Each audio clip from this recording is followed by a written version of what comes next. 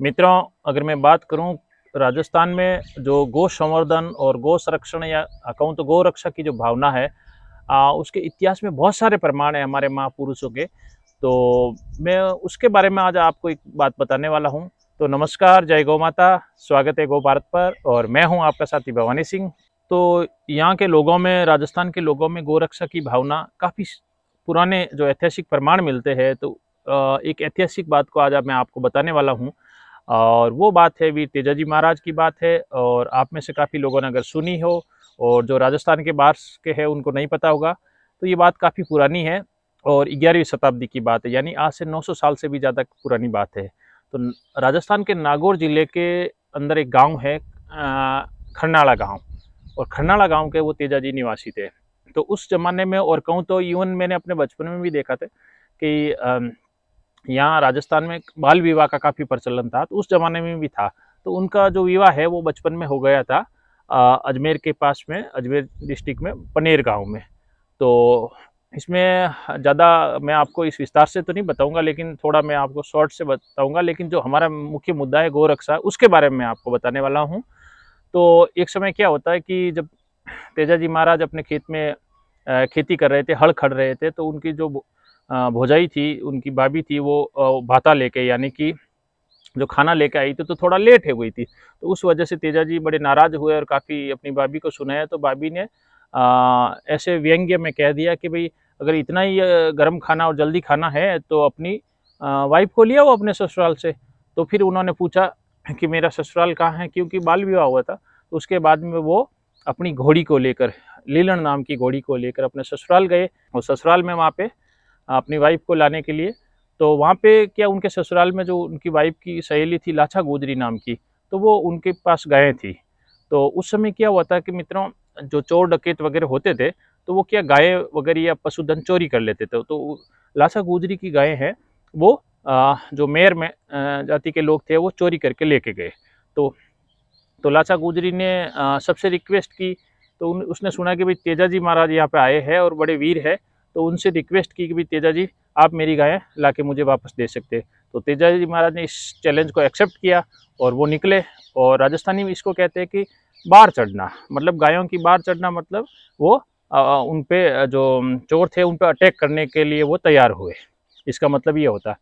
तो ऐसा बताते हैं कि जब वो रास्ते में थे, गायों की बार चढ़े थे, उस समय रास्ते में उन्होंने देखा कि एक नाग और नागिन का जोड़ा था, वो जो जल रहा था। तो तेजाजी महाराज ने देखा नागिन तो पूरी जल गई है और उन्होंने नाग को बचा लिया था। तो फिर उसमें ऐसा बताते हैं कि भाई, हाँ, जो नाग था वो बड़ा नाराज हुआ कि बोला, मैं अपनी नागिन के वियोग में कैसे जीऊँगा, तो मैं तो तुम्हें डसूँगा। तो तेजाजी महाराज ने कहा कि भाई, डस तो बाद में लेना, अभी मैं क्या गायों की बार पे चढ़ा हुआ हूँ और पहले मैं लाछा गुजरी को लाके जो अपनी उसकी गायें हैं वो दे दूँ और उसके बाद मैं वापस आ जाऊँगा। तो ऐसा प्रॉमिस करके वो निकल गए। और फिर उनकी मेरों से लड़ाई हुई और लड़ाई होने के बाद में वो जीत गए और गायों को लाके वापस लाछा गुजरी को सुपुर्द की। और फिर ऐसा बताते कि तेजाजी महाराज उस नाग के पास गए और बोले कि अब तुम्हें जो डसना है तो मुझे डस सकते हो। तो नाग ने देखा कि उनके पूरे शरीर में, क्योंकि लड़ाई की वजह से पूरे शरीर में घाव, ऐसा कोई अंग या पार्ट बचा ही नहीं था कि जहाँ पे घाव ना हो।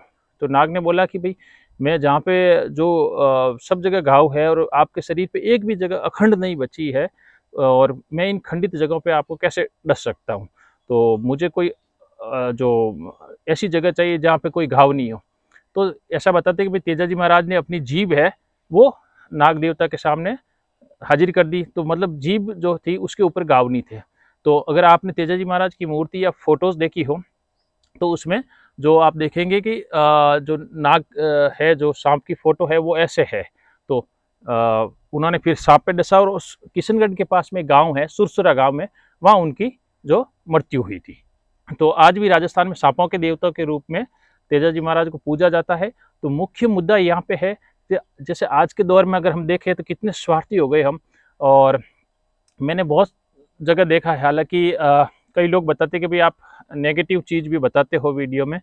तो मेरा उद्देश्य नेगेटिव नहीं है, मैं चाहता हूँ कि भाई ऐसे जागरूकता फैले। क्योंकि मैंने काफ़ी लोगों को देखा है कि अगर रोड के साइड में कोई एक्सीडेंट पड़ी हुई अगर गौ माता है तो फिर भी लोग देख कर निकल जाते हैं।